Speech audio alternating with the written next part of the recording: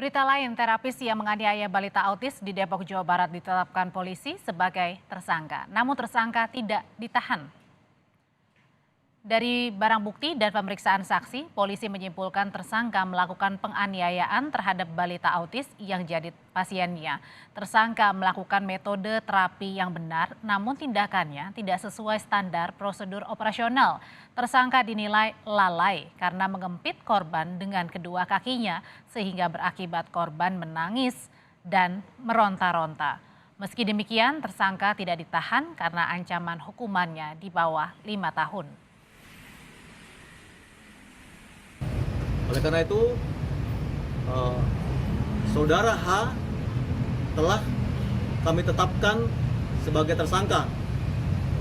Namun karena ancaman hukuman tersangka di bawah 5 tahun penjara, maka tersangka tidak kita lakukan penahanan dan kita kenakan wajib lapor. Inilah rekaman video saat terapis H mengempit tubuh balita autis yang hendak mendapatkan terapi wicara di sebuah rumah sakit di Depok, Jawa Barat.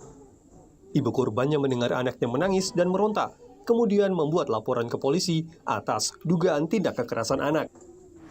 Harapan saya pelaku mendapatkan sanksi yang setimpal dan manajemen rumah sakit memperhatikan lagi perlakuan karyawannya.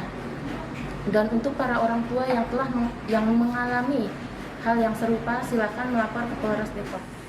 Dinas Kesehatan Kota Depok telah menerima laporan kronologi kejadian dari pihak rumah sakit. Dinas Kesehatan meminta rumah sakit memberi pembinaan, sedangkan untuk terapis yang sudah ditetapkan polisi sebagai tersangka telah dipindah tugaskan ke bagian administrasi. Rumah sakit juga sudah melaporkan kronologis kejadiannya. Jadi dari sisi Dinas Kesehatan sebagai fungsi pengawasan dan pembinaan, dan kami sudah menyampaikan kepada pihak rumah sakit untuk melakukan pembinaan. Dan pihak rumah sakit berdasarkan laporan yang tertulis sudah melakukan pemindahan yang bersangkutan ke bagian administrasi sebagai upaya, salah satu upaya dengan pihak rumah sakit. Usai video terapinya viral, terapis H harus berhadapan dengan hukum. Ia diancam Undang-Undang Perlindungan Anak dengan ancaman 3,5 tahun penjara.